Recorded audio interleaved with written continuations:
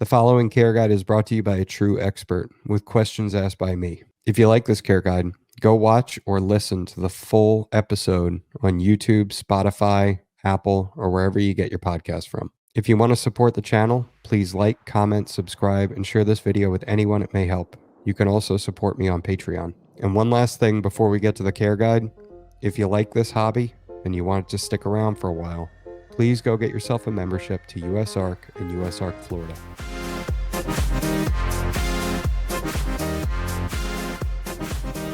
Are you ready to jump into the blood and short tail python care guide? Sure. All right. So normally I would say look at this from the perspective that it's a pet. So, like this is a fictional individual that wants to get a pet. So it's going to be out in the house. I would say normally, kept as like a display animal, but it doesn't seem like they make that great of a display animal from what we've been talking about. Well, they can. I do think, I'm not going to get it. That could be a whole other show, the controversy on racks and PVC cages and smaller type areas for animals. But they definitely do better in racks. There's a lot of people that did racks and moved them to cages and said they were much better in racks. There's a lot of people that started with cages and thought they were good, and then moved them to racks and were like, oh my God, this is so much better in a rack. Life is so much easier. That being said, if you get your animal established, it can go in an enclosure. It's a snake species that just does not want to be seen. It doesn't want to. It doesn't want you to see it. It doesn't want to see you, and they like to hide. And like I said, if you catch them cruising around, it's going to be at nighttime, and most likely, if they spot you, they're going to go back into their hide. But, when you open up the enclosure, no matter what it is, or you move their hide, if it's a cage, they sit there, they chill. It's a really fascinating snake to interact with. They do a lot of unique things that other snakes don't do. Like I said, like the way they thrash, it's weird. It's defensive behavior sometimes, but the way they thrash is like no other snake that I know of. Holding their bathroom, and when they hatch, they take anywhere between 2 to 6 months to have their first shed. Their eyes do a very distinct twitch. They don't just move with you. They will look at you, but they twitch when they are set off. They do a vibration type of thing. Just like I said, and it's just a really, everybody says it. It's a big snake in a small package. It's this little 3.5, 4 foot snake that's pretty girthy. And when you're holding it, you feel like you're holding, a solid size, boa constrictor or, a decent sized Burmese python, but it's not dragging on the floor. You know what I mean? It's all in the air on your lap because it's small. But they can go in cages. And there are, like I said, the hobby for a long time when people were buying them were mostly to breed and keep that way. But there's a lot of people keeping them as pets and putting stuff in there. And I'd say the tamer they are, the tamer you can get it, they're probably better off as a pet it can be. And the more luck you're going to have keeping it in the cage. Because if it is tame, it probably won't be as nervous when you walk in the room, and you might catch it out more and that kind of thing. Okay, so they can be, like a pet. It's sure. Just, as long as they're pets. Yeah. So but you got to put the work in. Like you're not going to be able to ignore them and just feed them and clean their cage. Yes, for sure. So it bothers me. They're obviously not an expert snake. They're definitely an intermediate snake, but a lot of people like to say it's the next step up from a ball python. And why I think that's false is because a ball python is so bulletproof. It's so forgiving of everything. You could screw the temperatures up for a while. It can have a dry water bowl it is very tough to get a ball python to be sick or even die. You know what I mean? If you're trying, you're generally going to get it to live. If it is dying, you're doing something horribly wrong, or there's something wrong with the snake. Bloods and short tails they're the opposite. They're very unforgiving with that kind of stuff. And keeping boa constrictors locality-wise, reticulated pythons, they are so much more forgiving than a blood or short tail is. So a blood or short tail, if your temperatures are fluctuating a lot, that's going to set them off. If the humidity is spiking all the time, humidity is something people, I feel like that's what gets them in trouble. They try to push for this very high humidity and keep it stable, it's just a very unobtainable depending on the time of the season, where you're at, where you're keeping them at. They definitely need humidity. They don't want it to be 10% humid, but you don't need it to be 70, 80 all the time. If you get a nice base of 40 to 50% and it kind of sits in there and it teeters to 30, but goes up to 70, you're good. As long as it's also staying there for a couple of days. If you're doing a thing where you got this bedding that's already dried out and you're soaking it, and it's getting this high humidity once a day that's going up to 70, and within an hour it's just sucking back into the humidity and drying out and going back down to 10%, if that's what it was before. Every day it's probably, that's going to take a toll on it. Or, you know what I mean? If you don't have the cage set to a thermostat and it doesn't have a steady, they do really well in cooler temperatures. Like they're a perfect snake you could do ambient with. I don't. I provide belly heat, but my belly heat is set at 83, 84 degrees. Wow. My room goes between 75 to 80 in the winter and fall. Well, winter gets a little bit cooler, but like right now, being the summer, my room probably goes from 79 to like 82, 83 on its own. I have a temperature set. I have an ambient room, but the heater almost never kicks on. So it goes between 79 to, I would say, like 83. So the hotspot probably rarely even kicks on in their racks or their cages. So they don't need a lot of heat. That was another reason why they had a bad reputation back then. Everybody was keeping them at 90, 95. So they don't do well when it's hot. They get very agitated. They're moving around. I mean, almost all the time where the heat is in my cages, they're almost always off the heat. The only time I ever encounter them on the heat is really a gravid female. That's almost it. It's very rare I ever catch them on the heat. So, so I think they can do well in a variety of temperatures as long as it's somewhat stable. It can fluctuate a couple degrees, but if it's huge swings or you got an 89 hot spot and the coolest they can get is 83, that's probably not going to do that well for them. You know what I mean? Probably not bad, but I think they want to be cooler in general, or at least have a good amount of time to cool down for the day. You know what I mean? During the day, they could be a bit warmer. You definitely don't want an 89 hot spot, but if it was like 86 on the hot side and it got 82, 83 on the cooler side, as long as nighttime it's cooling down even more, at least letting them get to 80, you're probably going to do well with them. But it's just weird that way. Then, like I said, from the humidity, people pushing it, they keep them too wet. Too wet is definitely worse than too dry for them. Soaking them gives them stomach problems and belly problems. They let scale rot, push more. It's a nightmare. So it's just a very unforgiving snake. Like I said, it's not rocket science. It's not the most difficult. I might have made it sound more difficult than it is. It's just, they're not very forgiving. And like I said about them, if you have to work with them or you mishandle them, they're very high tension, spastic, nervous snakes. For as big as intimidating as they are, it's like if they were a person, they're just that very insecure musclehead dude. You know what I mean? Like you can't joke with them. They're going to be sad. Yeah, if you do something wrong with them, they don't forget. Like I said, it can be very tough.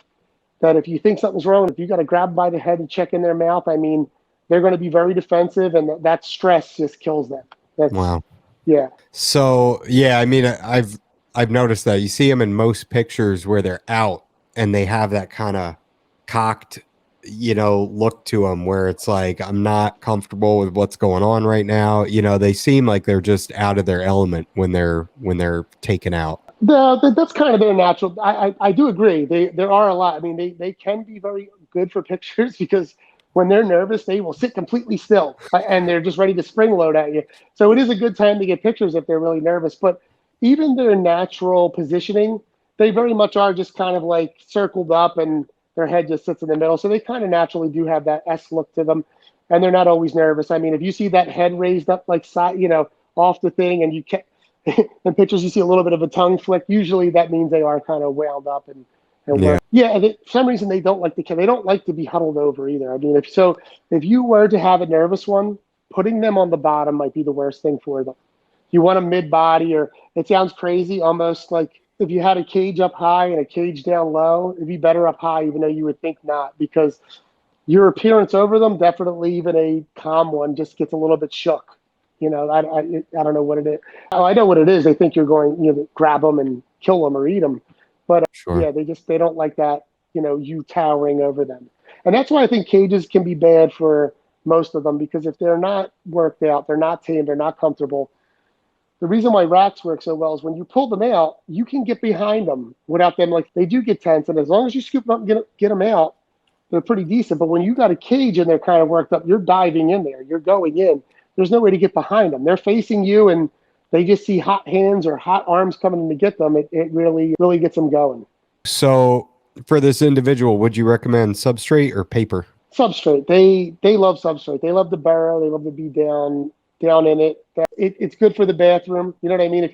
Even if you're down there every day, it grabs it. You know, it's easy to spot.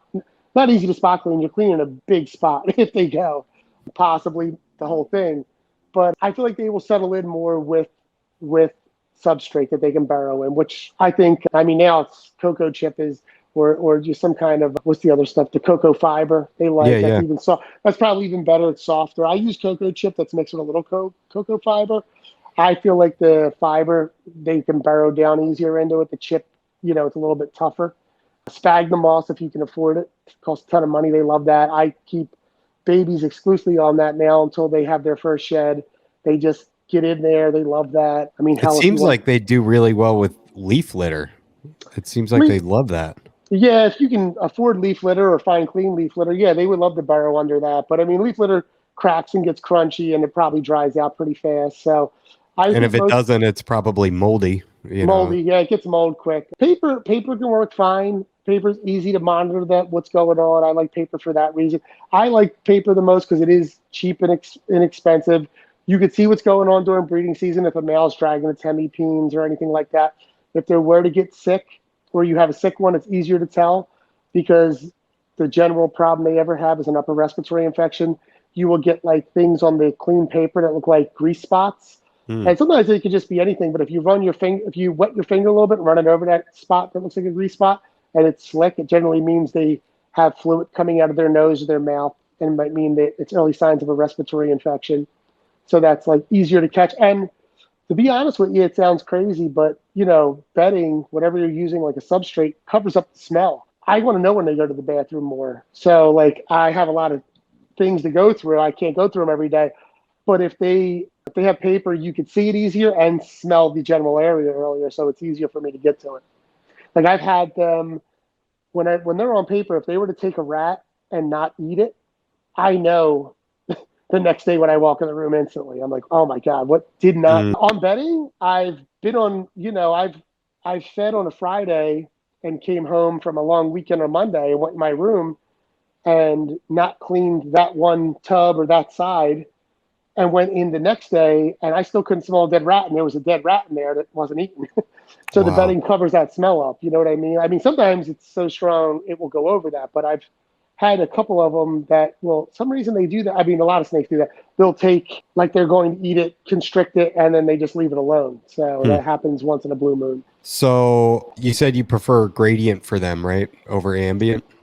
No, ambient. Ambient's the best. But Okay. I do use belly heat on my racks to give them a temp gradient. But gradient, that's what I thought you meant. Like, I'm thinking heat panel and all that stuff. Yeah, like I like to use a gradient for them. There are people, I know Keith forever did ambient and had tons of success. VPI did ambient. They would only give their female something to bask on, but I don't even think Keith gave a basking spot, and he had really good success. A couple of years ago, tried ambient all the way, and I think because my collection was so dialed in to having heat, and just when you're trying something new, you're on edge about everything. So a couple things, a couple things I didn't like, I quickly, after like 2 or 3 months, said I'm just going back to gradient. Yeah.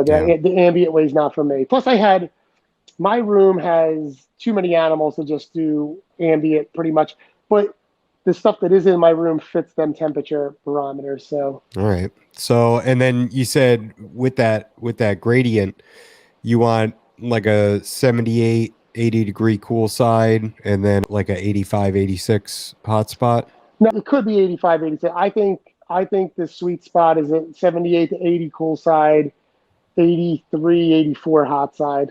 That's Okay. that's where that's where I like it. That's where I've always had a lot of success with them. And that keeps them a little bit more chilled out and not all tense. It's not just that. I mean, they still can be. Like I said, their disposition can be that way. But I feel like when they're hotter, you have less of a chance of them calming down, or even a calm individual will be wound up. You'll see them swirling more, moving around more. They're trying to escape that heat. They just do not. Hmm. I think the biggest difference of today's hobby compared to the 2000s when we were talking to the early 90s is what we know about temperature now. I mean, back then it was like a staple. Everybody you need a 90, 95 hot spot for this reptile. They like it hot. I think now, I mean, most pythons and boas do really well in 70s with temperatures being 83 to 85 degrees. Yeah, You know what I mean? I mean, obviously, like boa constrictor, BCC, they need a better hotspot. But I think they do fine in a 77-degree cool side. sure. Like I definitely found that on my not on my own. I mean, I've heard people talk about it, but one of my best chondros was this wild caught roux I got, and I kept it in my son's room in my old house, and it didn't have any heat on there. It had a heat panel, but it was broken, and I knew it was broken. It would get to be 63, 62, 63 in that room, and the thing would still eat, never regurged. As soon as I moved it into my new house and put it in a temperature controlled room, it died like 5 months later. Whoa. It was doing great in the 70s. The highest it was getting is like 72, 73, and it was getting into the low 60s, and it was doing spectacular. I wasn't trying to breed that animal. I maybe it would have bred like a champ, but For how yeah, just long? How long was it living like that? 4 years, and then I Whoa. put it in. I also moved it, and chondros can be pretty delicate and freak out easy. But I moved it, and it was like the reason I had it up there was a wild caught when I knew it. It came in with something. I treated it, and then I just never moved it into the general population. And then it was just a cool experiment to watch how I'd come in the room, and if it was a Saturday, usually I feed Friday, Saturday, or Sunday. It was ready to eat. You know what I mean? No matter what time of the day, I would look. It was like dead of winter, it'd be January, and this is like I said when I just never turned my heat on, and it was cold in my son's room. He liked it cold in there. It was like 62 degrees sometimes, and it was like ready to go. So That is bananas. yeah, That's the biggest thing I've noticed since I came back to the hobby after being out of it for, probably 8 to 10 years, I guess. When I left, it was, yeah, like you said, 90, 95 hotspot for basically everything. It was yeah, kind of keep everything hot, and then I came back and I'm hearing all this ambient and lower hot spots. I have a few carpets and I'm keeping them with a 86 to 88 hot spot, and just overall much cooler temperatures. And it seems like the short tails and bloods, that's even more so with a 83, 84 hot spot. yeah. They do much better in cooler spots, which I don't know makes it kind of easy because if you are the only time the reason I went ambient is because I heard a horror story about heat tape as usual. And I was like, I got a species that I could probably do ambient and not sweat this heat tape thing out. So I tried, and like I said, I just came up short with that. So I went right back to it. But yeah, I mean, I would love to take the whole FlexWatt heat tape situation, which I mostly do because Animal Plastics used to use heat wire, which is UL listed, which is, I believe, a lot safer. And I thought they completely switched to FlexWatt. I was always buying them throughout the years, and they told me no, they still use heat wire. So I only have a couple racks with FlexWatt on there, but FlexWatt scares the hell out of me. So Yeah. I do get scared. And then from hanging with the Morelia guys, when I really got in good with Eric and Owen was just really with all the Morelia guys through Carpet Fest and at Tinley, I was in Carpet Row for a couple years and listening to all their temperatures, I did go crazy the one year, which was a huge mistake. I just wasn't even thinking and was trying to shoot for lower temperatures in the winter, which I wasn't having any bad times breeding, but I was like, oh, maybe cooler temperatures, eases up on the electric bill. I don't worry as much, and maybe I'll have even more success breeding. I was getting my room into like the 70s to 72 at night, and they still had their hotspot. But I also added a humidifier that year. So it was dead of winter. Night times were dropping to 70, 72 with no hotspot because the hotspot would turn off at night and kick back on. With my room, usually in the winter, it would be between 30, 35. I had it like getting up to 60, 70. So then low temps with that high humidity was a recipe for a respiratory infection. So I had a ton of ovulations. And as these females were ovulating through all the stress of that, I had a couple things just go into deep respiratory infections. And it was a nightmare of a season. I mean, like I got good eggs, but I was treating so many things for respiratory infection. And the only thing that I changed was lowering them temperatures 5, 6 degrees at night, cutting my hotspot completely off, and the humidity was super high. So yeah, high humidity, low temperature is a recipe for that, and I wasn't even thinking of it. And I'm going, man, I love where my humidity's at. I got the temperature exactly where I want it. And then someone said something out loud, and it kicked in. I'm like, that's it. That's got to be what's really doing all this. So Yeah, I had a RI back in January, and I'm sure it was from the same thing. Just yeah, snake was in shed and looking kind of dry, and I'm like, well, missed it a little bit, you know. And at night, it's getting too cold, and it's such a bad combo, wet and cool. yeah. I mean, like I said, it wasn't even the air was wet because the cage was Sure. relatively dry. But yeah, bad combination for it. But like I said, yeah, that's a good for if you're keeping it as a pet. Make sure you watch your temperatures. Try to keep them steady. Don't sweat the humidity. And definitely, if you are sweating the humidity, air more on the dry side than the wet side. If you're soaking the animal and it's constantly wet, it's not a good thing. And the other big thing on them, I should mention, fresh water. These animals drink a lot and right away. Like, so as soon as you put a bowl of water in there, they are in it. Like, you can hear them and they're breathing. They breathe so heavy, they're blowing bubbles in it. You hear, like, you really do. And they're guzzling that water, and they're very picky about their water. They will not, if the water's been there 2 days and you think it's clean and it even looks clean and they're leaving it alone, it's probably dirty. And if you could see that it's dirty, they're definitely not touching it. And they definitely like to be hydrated. Wow. So fresh water daily it's not an option to only give them water twice a week or once a week. You got to be in there. I mean, the least you can do is go down there and give them water every other day, every 2 days. Just, you know what I mean? Clean that dish. You can't even just pour water in there. You gotta clean the dish out. Or if you can afford the plastic tubs, always giving them plastic tubs. But they definitely are big on drinking fresh water. Wow. So, would you recommend now? Do you temperature cycle for breeding purposes?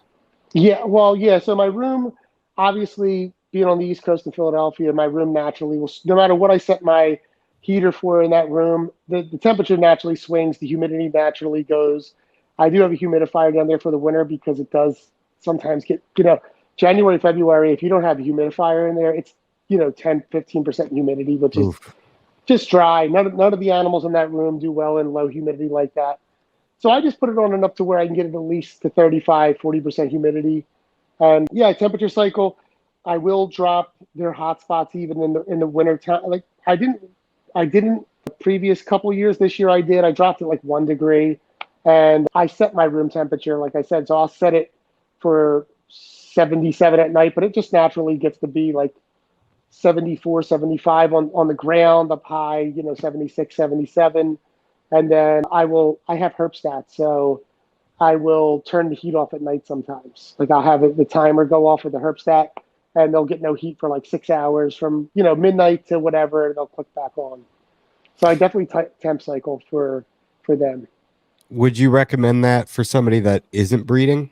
Like, do you think that there would be a benefit for it, or is it just a waste of time and whatever fluctuations you're dealing with, they're going to get that anyway?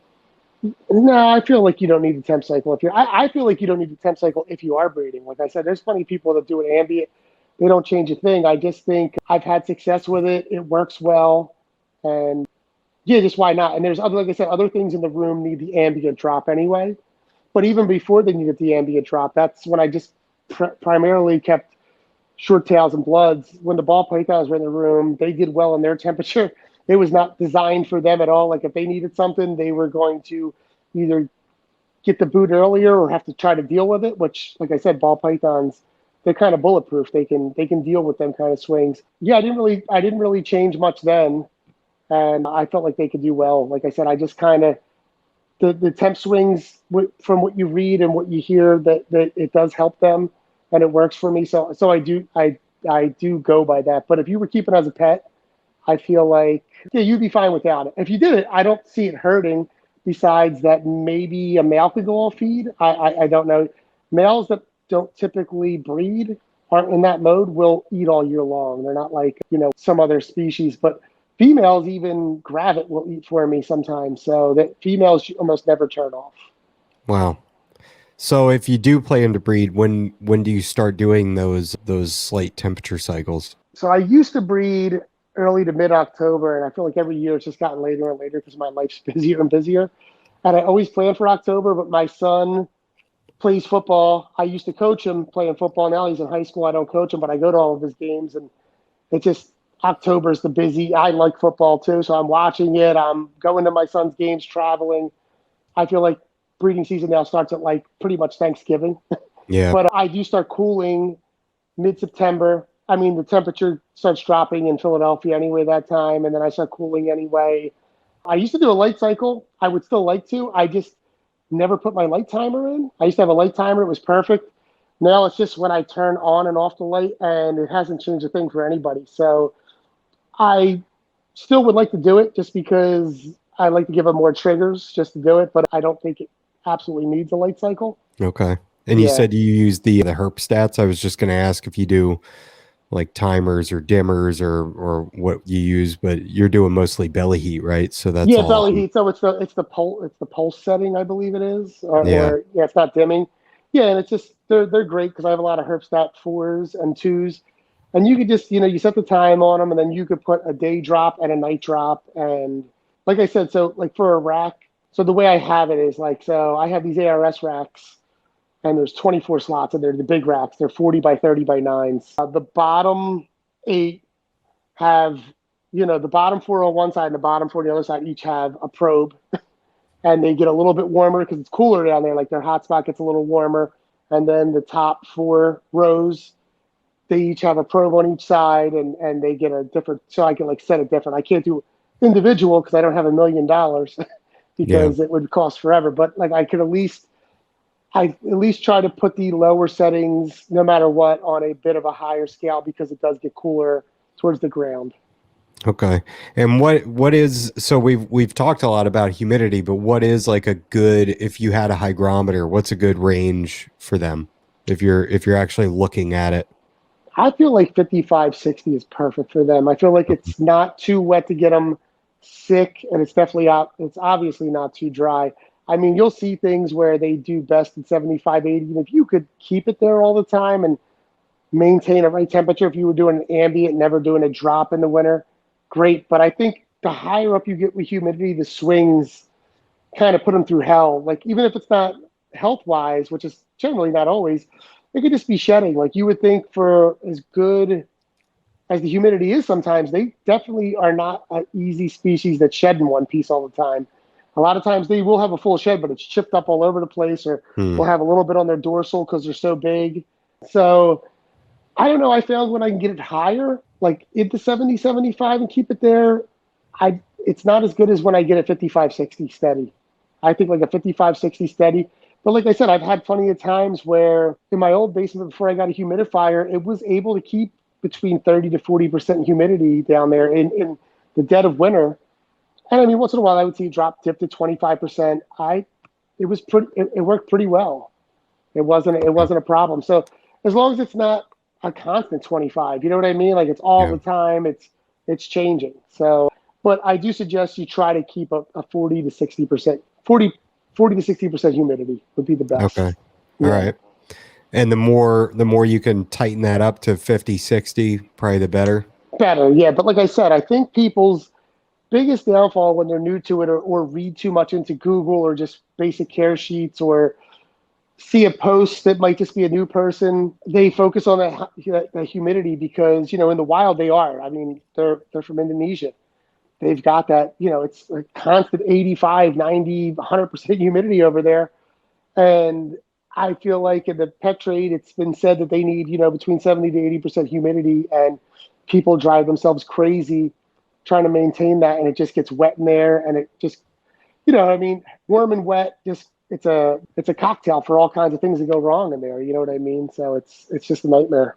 Yeah, and 85, 90% humidity out in nature, you have airflow. That's the big Airflow thing. and yeah, natural. They're wild type animals. They're just built different. They're able to fight things. I think people need to pay attention to that a lot more in the hobby too. It's a lot of, I want to keep things so natural, and I want it to be as close to wild as possible. I mean, for the most part, we're keeping captive bred animals that were bred generation after generation.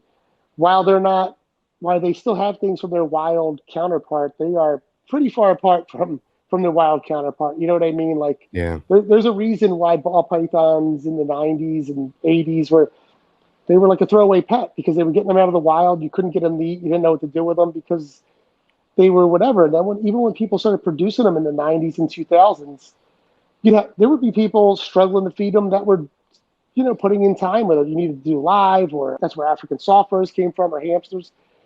Now they're so far brought along, you lay a rat pup in there, a frozen thawed rat pup, and you get a whole clutch to eat. Yeah. So, I mean, I just think there's a lot of times people don't think about what they're saying about how natural their animals. I want to keep it natural, and I don't think they realize they have, it's the 20th generation python that they have. So it's a little different. Yeah. Yeah, especially yours with the coloration and everything. You're not going to see anything like that out in the wild. No, and their attitudes definitely change. It's not that I just know more about what I'm doing, but when I first started, it was tough to feed some of these things doing the same methods I was, just because they weren't as far. They were coming from, maybe they were, F3s. They were third generation animals, fourth generation animals. Now generally you're buying a golden eye or an albino blood python. You're talking, 10, 15 years brought along. They've been captive bred for a while now. So Yeah. things change when that happens. So with that humidity, that 50-60%, how are you maintaining that? Misting or Summertime, no problem. It's actually higher than that naturally. I don't Yeah. know why my basement just gets very humid. It's actually why I switch the bedding on and off. I find when I do paper in the summer, some of the tubs get so wet, even with the ventilation I have in there, that I will get mold quick and it just never dries up. So I use bedding to sort of calm that down so the whole tub isn't dripping wet. But yeah, wintertime, it could get, I think without any supplemental humidity down there, it would be, 15, 20%. So I forget what the brand was. I was using a Honeywell for a while. It was a pretty big Honeywell warm mist humidifier. Just put it in the middle of my room, plug it in.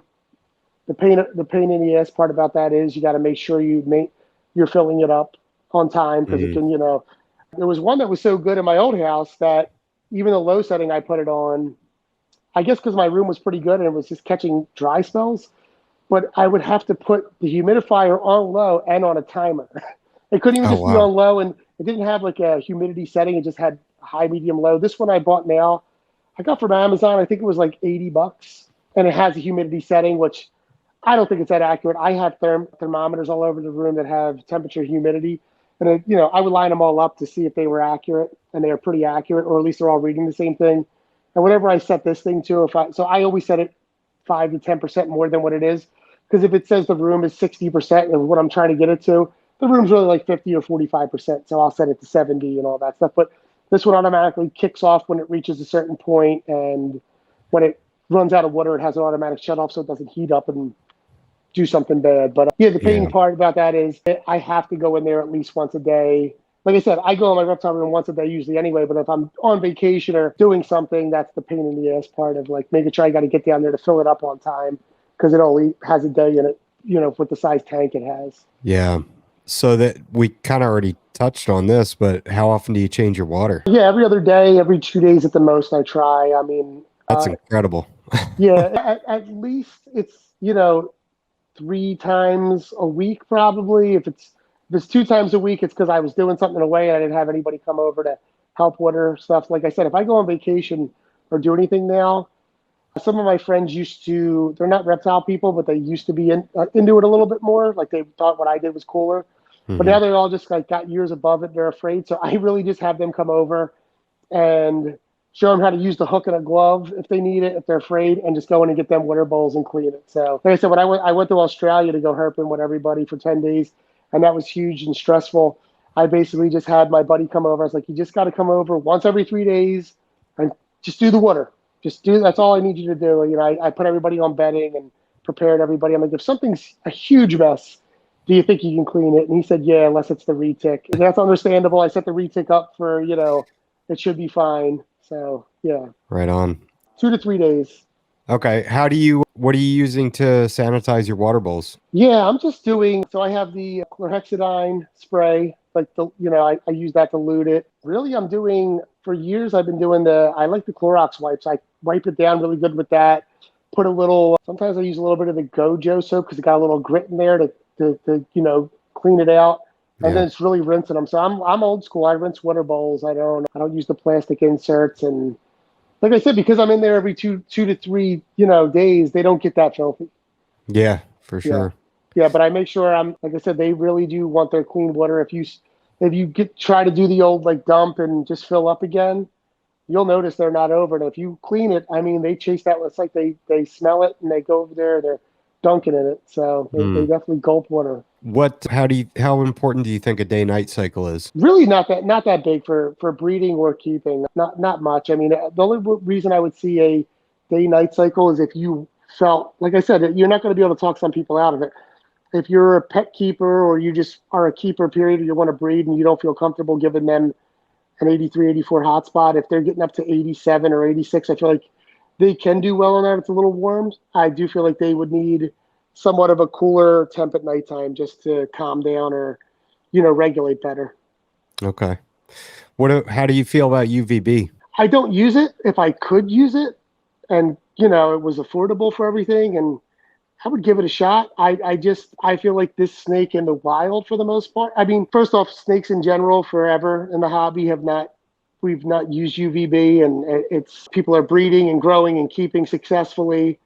So I think at this point we've established it's not needed.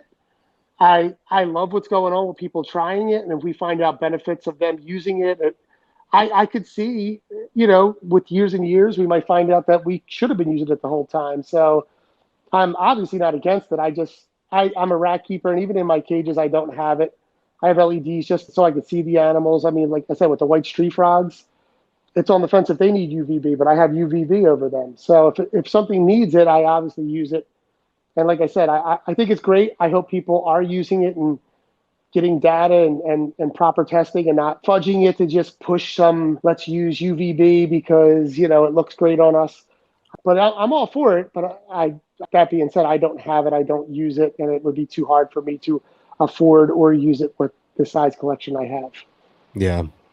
Yeah, I agree. I wish there was more data on it. I'm using it for all my stuff in big cages, but I don't know if it's doing anything or not, so If it's not putting off heat, I don't know how it can hurt that much. Obviously you're turning them off at night, I would imagine, not just oh flaring yeah, it on yeah. them. Yeah, but I mean, yeah, I personally, I don't know why anybody would be offended by it. I think it's great. And like I said, if we find out things like, they anything about it's better. You know what I mean? They just, they see more trim, they move around more for whatever species you're talking about. It colors them up. It does whatever it is, great, but it's going to take a while to get that proper data down. You know what I mean? Like Yeah. the difference. And is anybody doing it the right way to really find out? You know what I mean? Are you keeping 30 snakes of one species, and then 30, species of the Yeah. same thing, and taking? I mean, there's ways to observe it, and obviously trustworthy people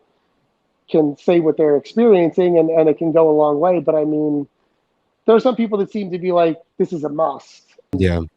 That's rough to say. You know what I mean? Like that's a tough sell.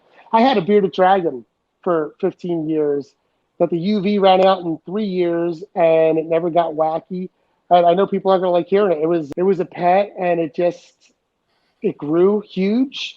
It was 15 years old. It took cool temperatures. Uh, it just never had UV on it, and it was working out. It never got the bone disease. It didn't look wonky. It actually was an older bearded dragon that was a normal. So nowadays bearded dragons have these like pin heads or thin heads. It was an old school looking bearded dragon. It Yeah.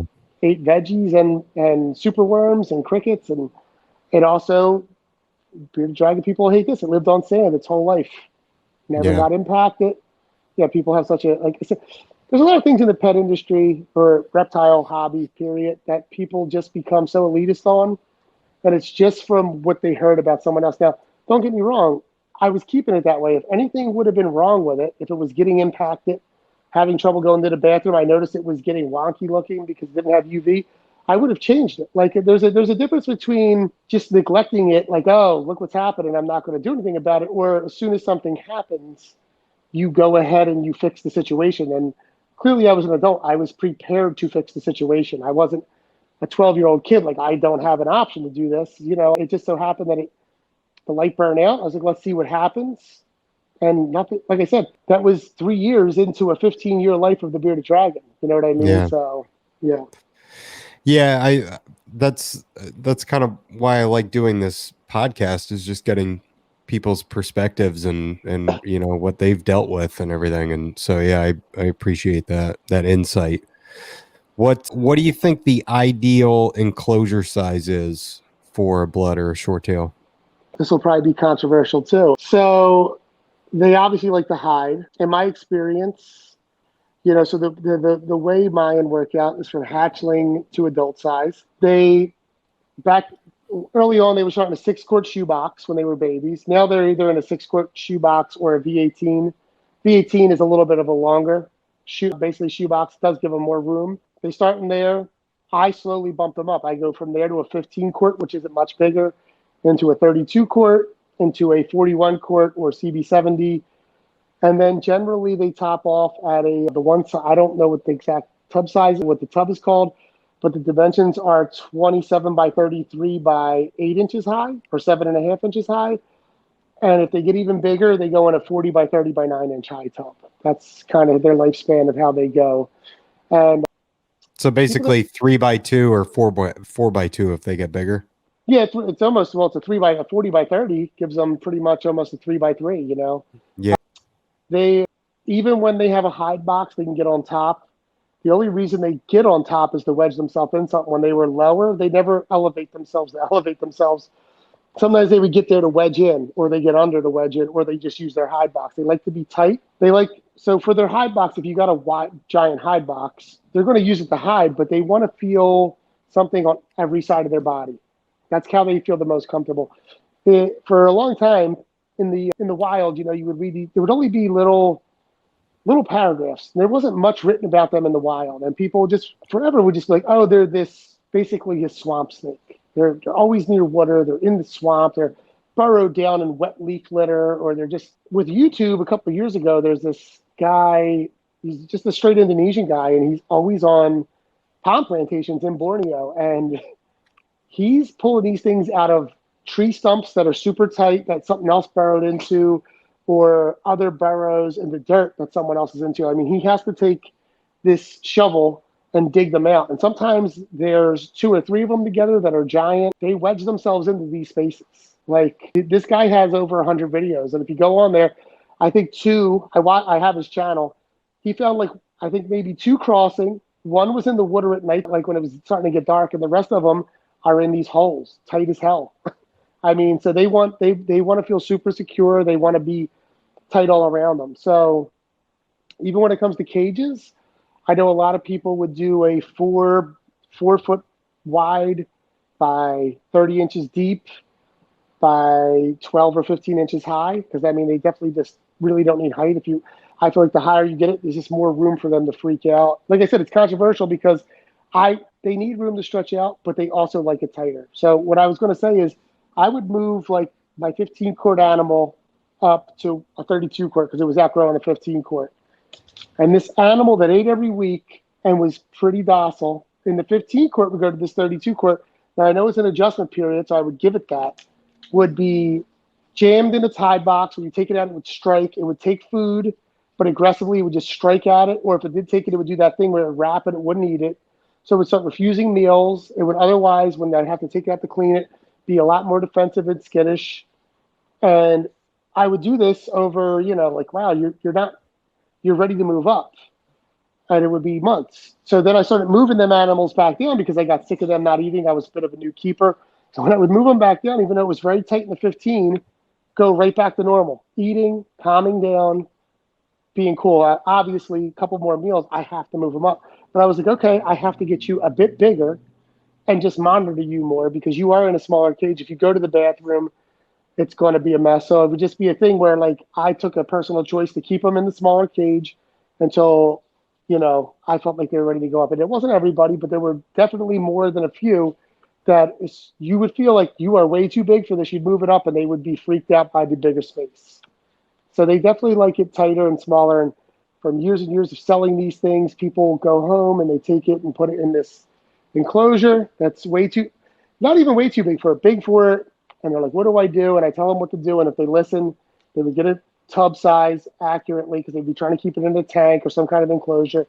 And they would be amazed that their snake's now eating and it's not freaking out.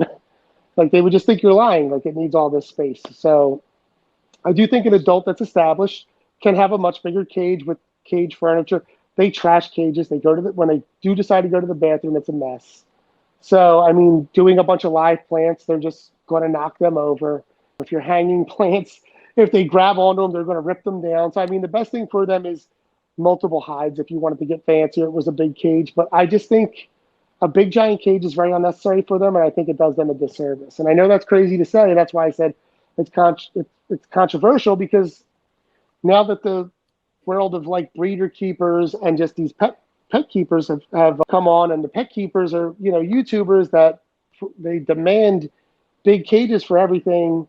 I understand a big cage can be great, but it's not for everything. It can't be great. You know what I mean? And can you with a blood or short tail python? Sure, they can work very well, but I do think it takes an established adult that you have for a while to get it to be at that point. Just getting a new one, even if it's an adult, throwing it in a 6-foot cage that has, you know, 2-3 foot height, I think it's going to freak out a little bit. It's going to do bad for you.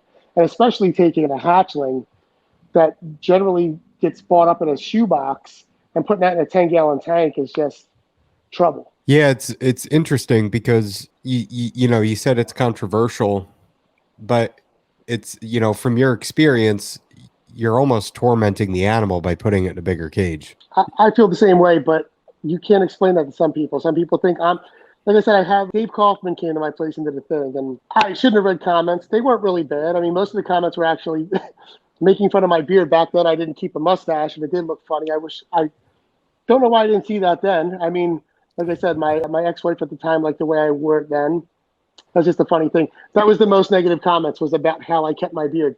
But I think it was a badass beard, bro. Do you? It was just beard without the mustache. So people were like, "Oh, I didn't know the Amish kept snakes." You know, it was funny. I enjoy busting balls and doing all that stuff. It was just funny, and my son always brings it up.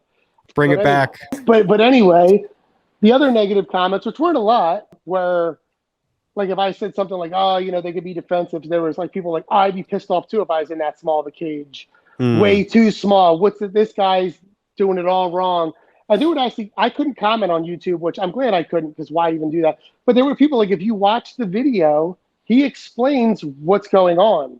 Just open your ears. So there are people that I have no idea who they were sticking up for me and saying, you know, you're not like, you're just seeing and you're not listening. And they could have been listening too. It doesn't matter. Just people will openly comment. Like when I used to bring people down my basement that never seen snakes, most people would just say amazing. But once in a while, people would say, why tubs? Don't they like these big enclosures, and they need like tree branches and everything? And I've never had anybody rebuttal with me after I explain what's going on. And they would say, oh, that does make sense. Like you don't, on these nature shows, you don't always see like a big python in a tree or something like that. They're always on the ground, or someone's going into a hole finding them.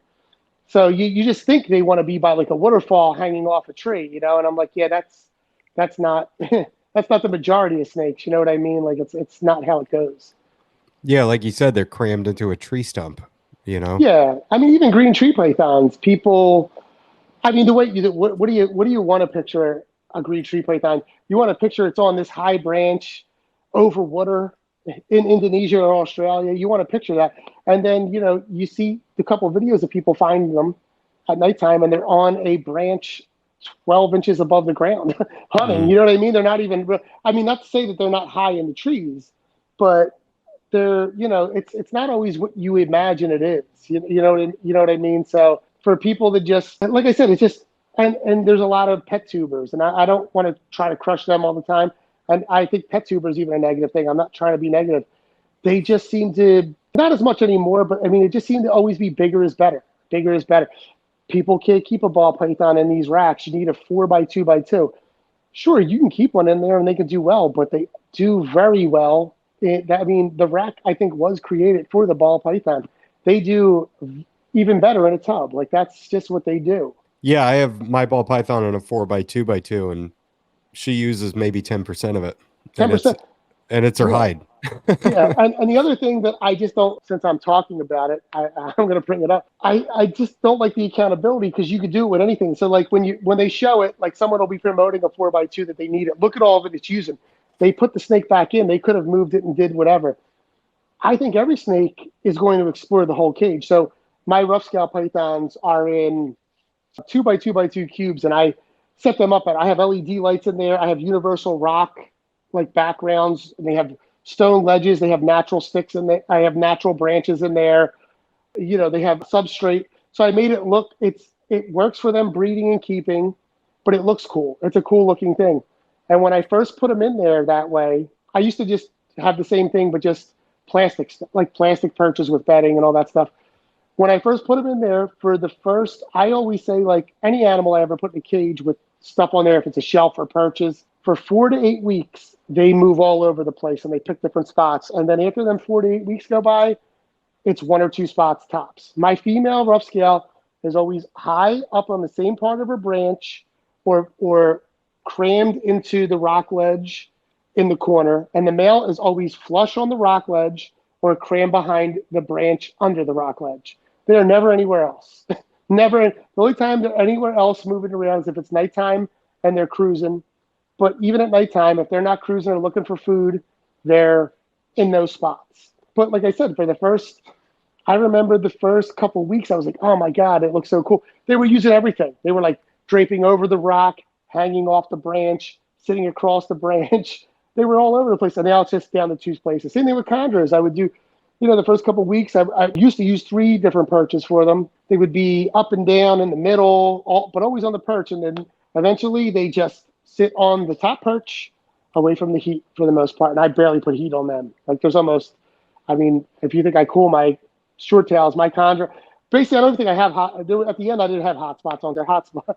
It was no hot spot at all. So, but yeah, just always on the one side. That's where the chondros went. So Yeah, it is interesting. Like once they get their habit and where they want to be, they figure it out, and that's it. yeah, and if you put something new in there, they do check it out. They're going to go over and sniff it up and check it out. But for the most part, and I'm not saying that means don't provide anything just because they go to 1 or 2 spots. But I just think, like I said, there's a lot of misleading information and people just pushing their feelings more than what's good for the snake. And like I said, I'm fine with both ways. I love big natural enclosures, bioactive, UVB lighting. And if that's your jam and you can handle all that, great. And I support that. Like I said, for my frogs, I want to move them up. They're a display thing. They have UV. There's some live plants in there. I'm doing bio. They're great for that. But that's not made for my short tails. That's not made for my boas. It's not like that. And could I do a bigger cage for them? Sure, but I just don't think they'll use it. They won't get much out of it. It will be more work for me, more expensive. And like I said, I just don't see them using it. And like I said, if anything ever is going wrong with them, I make the adjustments I have to or realize this isn't an animal I can keep properly so that I then, bring it back to a show and sell it, put it online.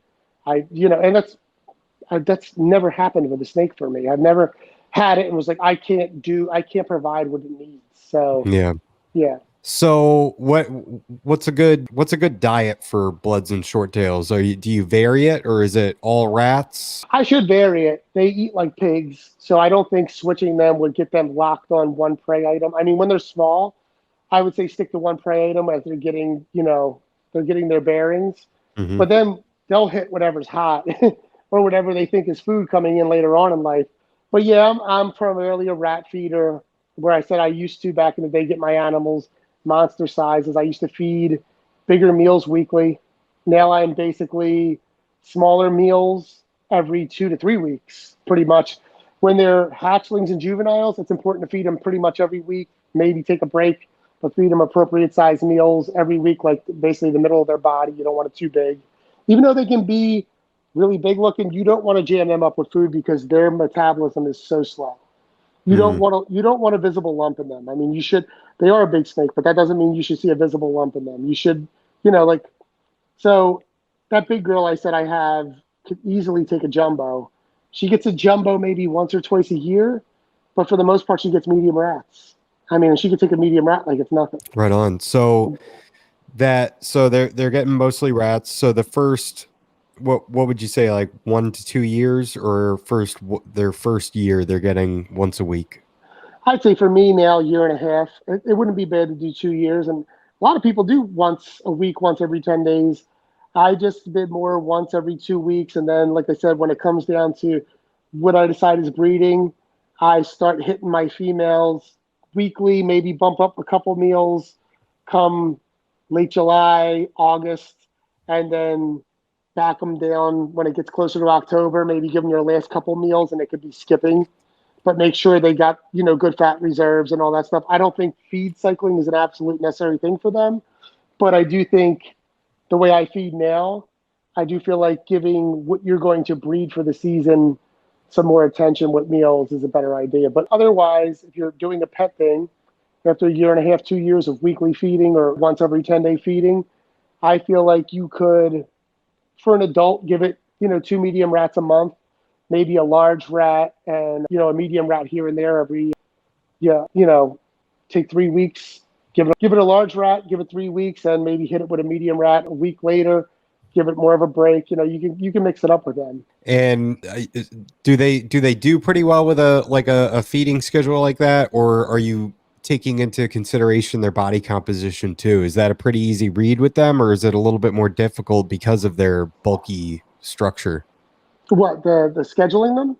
Yeah, like if you, let's say you're feeding them every 2 weeks and it just looks like it's getting thicker and thicker, would you possibly push that out to every 3 weeks? Do you notice that with them? Like they have like some of them just have a different metabolism. When you're doing 2 weeks and you're doing smaller meals, now I mean, you're going to notice them putting on. Usually that's when they're adults, but yeah, if you're feeding something a little bit smaller and you're even in the 2 week thing, and if they're putting it on too much, or I mean, they have such short tails that when they start really blowing up, they get very rounded, and then the tail looks like a stinger. That's how, like, they really do. It's funny looking, I've and seen it's some like that. It's yeah, disturbing. yeah, and it's squishy. It's very soft, and if you push that, they'll squirt like a little bit of liquid urates out. They'll do that, but yeah, they're ready. It feels like a water balloon ready to burst. And if you're handling them, even if they're calm, it's kind of like retics do it a lot. I mean, I think just big pythons do it a lot, where you're just handling it, and next thing you know, you feel splashes, and they're just going all over the Yeah. floor. Yep. And obviously, if they're being a little more temperamental, their move is either thrash first, bite first, or go to the bathroom first. And I would think it would be thrash and go to the bathroom, and bites come last, or biting is their last resort, but they will. But anyway, yeah, if they're getting that big bubble at the end, it's maybe back them down, maybe try to handle them or give them a soak. Soaking them helps them because they don't mind being in water for the most part. If you put them in room temperature water, it will hydrate them, and sometimes it makes them go to the bathroom a little bit more. So yeah, if you just back off a little bit. If you notice that back end is just getting more and more filled, and that little tail looks like a stinger, maybe it's time to even calm it down a little bit more. But like I said, I think if you're feeding them that diet, it's very rare that happens. But when you're doing a weekly or 10-day diet, you'll notice that happens a good amount. And it's not bad.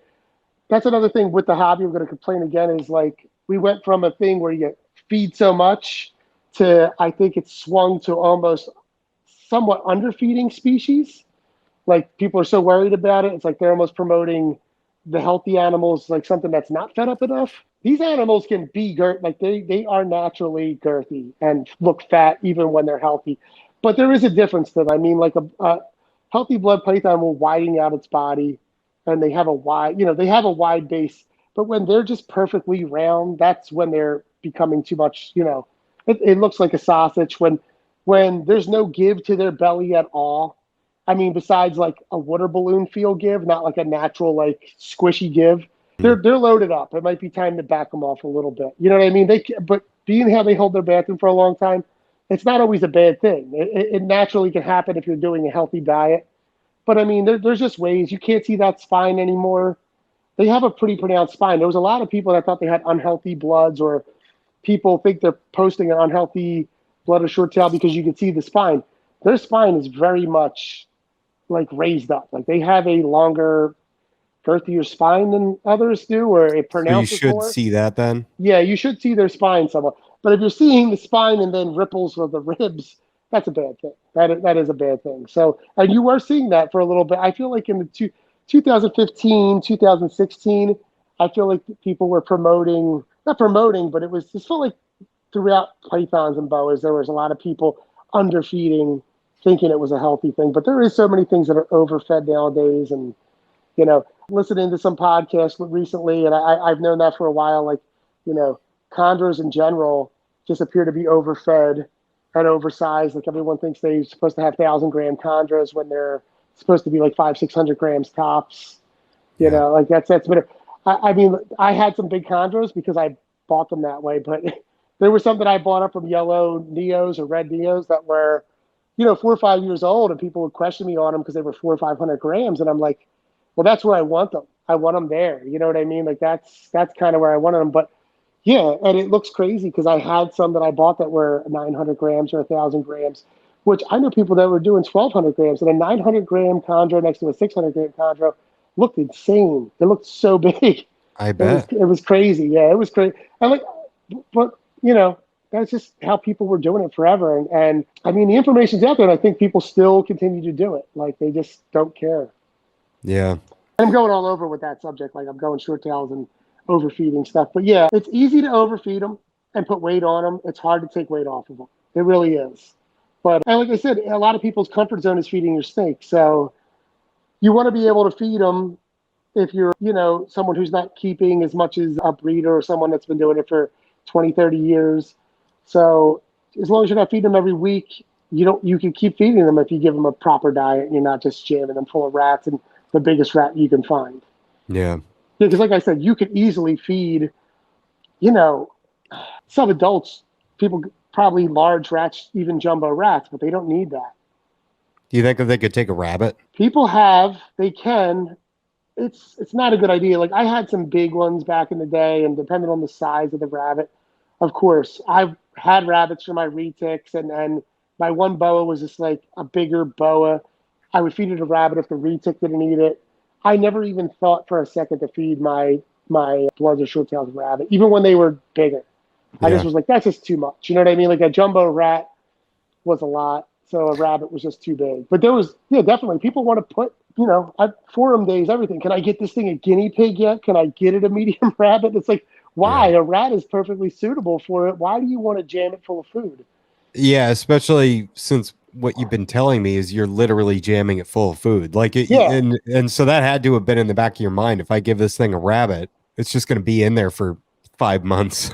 Well, okay, so I should say if you wanted to give it a rabbit because you're like, hey, I want to do a monthly feeding or a month and a, okay, then maybe try a rabbit. You know what I mean? I don't want to stretch it further than it can go, but okay, try a rabbit, see how that goes. If you're going to do a monthly feeding, but if you're going to be like, I still want to feed every 10, 14 days or something like that, then why do rabbits? You know what I mean? Like what? I think you're just experimenting at that point. Or if you're doing smaller rabbits, go ahead. If you want to mix the diet up, I think that's something that's underutilized, and I'm totally guilty of it, is mixing diets up.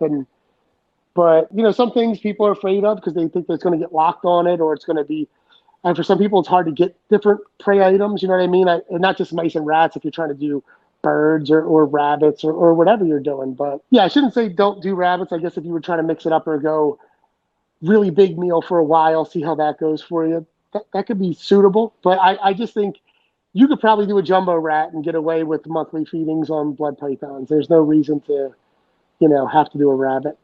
Okay. But it seems like for better body composition and everything, smaller meals more frequently, that seems like that's your preferred route to take. Yeah, definitely. That's my preferred route. I would say that's what most people that are really keeping them are starting to do. But like I said, that year and a half, 2 year mark, especially when they're first year, that baby wise, when you start getting meals in them, don't skip. Try to get them a meal every week, because that's when they will fall apart fast. I mean, when you got a hatchling, even when it's taking 6, 10, 15 meals, if you back off for a couple of weeks, they will lose weight fast and can then get it pretty weak. I mean, they'll take a meal, but you'll have to, you give it the meal that they used to have and you don't notice it, and it might regurge some of it up or chuck it up or be sluggish or have a weird bowel movement. And then, that's the important time, is when they're young, make sure you're getting them meals in them, on time and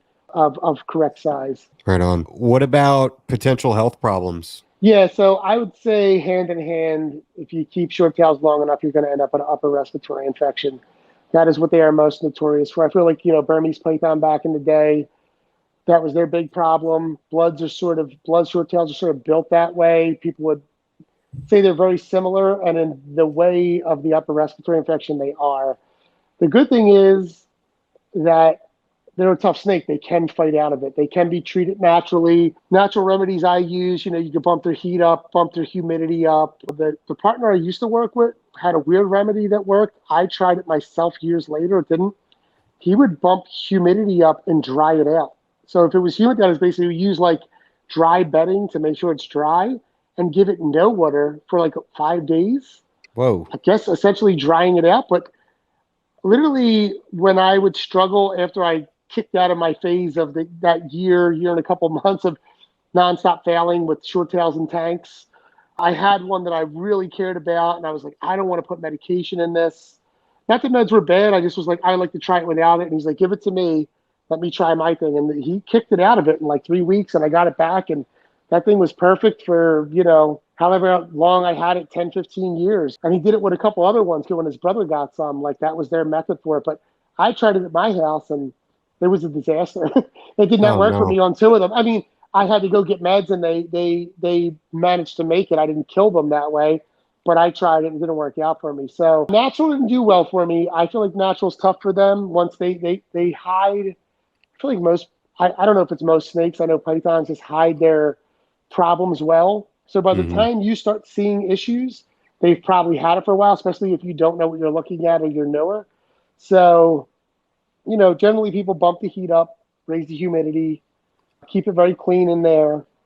I would suggest if you have bedding or substrate at that time, because they're opening their mouth, trying to cough, fluids coming out of their mouth, so stuff sticking to them, get the substrate out of there, put them on paper, because you're going to see what's going on. They're not going to get stuff lodged in their nose and their mouth. They're already pushing fluid out their nose and it's drying. So if you're getting little dust particles in there, they rub their head. So if they're rubbing it against bedding, it's going to get lodged in their mouth. Then you're going to create possible mouth problems. Get the bedding out of there, put them on paper.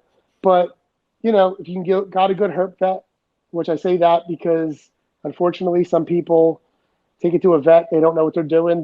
They stop learning about exotics in 1980 or 90. They have such crappy methods. Like vet isn't always the answer. Sometimes a vet will kill your snake because they don't know what they're doing, but you're trusting them. There's a lot of information online now, I feel like, for YouTube and Facebook to get to a vet or, figure out a way to get to a good vet. I felt like Baytril shots worked better than amikacin for the, you get it cultured, you find out what's going on, what it's fighting. Generally, what it was fighting for me needed amikacin or Baytril. I could use Fortes sometimes. I like Baytril better. Amikacin really messes with the kidneys real bad. Amikacin is a once every 2 days shot, so it's one shot every 3rd day, where I feel like you prolong sticking your snake with needles, where Baytril was every other day. So I feel like if you needed to do 5 to 7 injections, you're getting them over with quicker. And so the other part with short tails and doing meds on them is, like I said, when you got to restrain them, grab them by the head. So the early days, it would be a 2-person project. I'd have to give the shot. I have to get someone to try to hold the head, and this snake is fighting. It's fighting, it's scared. And that stresses the animal out. So with the animal already being sick, and every other day you're going in and grabbing this animal for, 4 to 7 to how many injections you're giving it, you're just, you're doing hell to this animal. It's sick, it's scared. So over time, I developed a way that I do it, and I think everybody should figure out a way. If you're working with any animal, if there's a possible way, you don't have to grab it and restrain it. And short tails have a big body for the most part. The sick ones would be the older ones. It was very rare a small one or something really little would. So what I would do is take this I found these gloves at Lowe's a long time ago, and I still have the same pair. It's a rubber material on the outside. It goes up to your elbow, and it's not even that it's a great glove for if you're working with a big snake and you're worried about getting bit, but I bought it for this purpose, that it's a thick glove too, and so the short tail, when you go into the cage, it's already just sitting a certain way. So I would place my hand over its head to cover it and put slight pressure on the body and find the spot I'm going to give it the injection and give it the injection. And I'd give it to him on whatever side of the body was away from the wall. So if I let it move, it sometimes would still move when you give it the injection, but it wouldn't, like, that whole time when you're putting your pressure on there, it doesn't freak out until it feels the needle. And then when it would move, I would just take the needle and lightly push the plunger. And not, 9 out of 10 times it worked fine. Once in a while, it would roll or kick and kink the needle, and I would waste the whole shot or have to replace the syringe. But compared to restraining it, even restraining it, it would make its body so tight, you would have to force the injection in there. And I mean, you would use a solid size gauge, inch and a half needle to try to get it in the snake, and it would not accept it in, or it would snap it off. And I would imagine it would be that way with a lot of snakes that were scared and defensive. So that's the bad part about, like I said, if they get sick, they can bounce back, but if you're not doing it correctly, you can make it worse, or it could just be a bad time for you and your snake if you're restraining it and doing all the stuff in that way. So a lot of people would use a tail, I found out, just, fold up a tail, put it over them, kind of hold the tail down, and then, pick the spot and get it. But I feel like for me, that never worked because the snake would just shoot through because there was no grip on the tail, or as soon as you start putting pressure on the tail, it would, just kind of slither away. For some reason, that pressure with the glove for me, even on some of the crazier snakes, would just work. What about oral antibiotics? Yeah, that's more for parasites, which I didn't have to deal with too much of that, like giving it something like that, Flagyl or anything like that. Yeah. Once in a while it needed something. It's not that hard. You can sort of sneak it in there. I mean, their mouth's not, if you just go in there with the syringe and just try to corner its mouth and crank it in there, it sounds cold and cruel, but it's easier, like I said, to try to do that and maybe waste some of it than grab it behind the head and get it in there. Unless it really needs it, there's a reason the oral medication it has to have, that would be it. But like I said, my majority of I've dealt with some mouth rot, and for the most part, you just swab that with like betadine, a betadine solution, I should say, not straight betadine. And you can kind of try to work that without grabbing the snake, but every once in a while, you do got to grab it, get its mouth open. I have this tool I use to open its mouth. You just try to have everything ready and set to go, to not leave nothing to guess, to where if you do have to work with that snake, you're in and out as quick as possible, not like forgetting to bring something over to you, or like, oh shit, I left it over there. Like, think about what you're doing really closely so you can make it as quick but accurate as possible. So, what causes mouth rot? For them, mostly the most mouth rot I've ever seen that I felt that I needed to treat, because a lot of times if their mouth looks bad, like it's puffy, and you give it a look in there, you kind of lift their gum or they let you do it, and it doesn't look terrible, you can kind of almost wait till they shed, and they'll kind of shed it away. It'll kind of clean itself up. But if it's bad, it's a lot of times it would be males swirling for breeding season. Males during breeding season, when they're ready to go or they're not getting the attention they need, you'll see if they have bedding or even paper, you'll see all the papers in the middle kind of bunched up, and all the corners of your tub or cage you can see all the, because they just put their head and they do this, that shake thing. I don't know if you ever see them digging corners.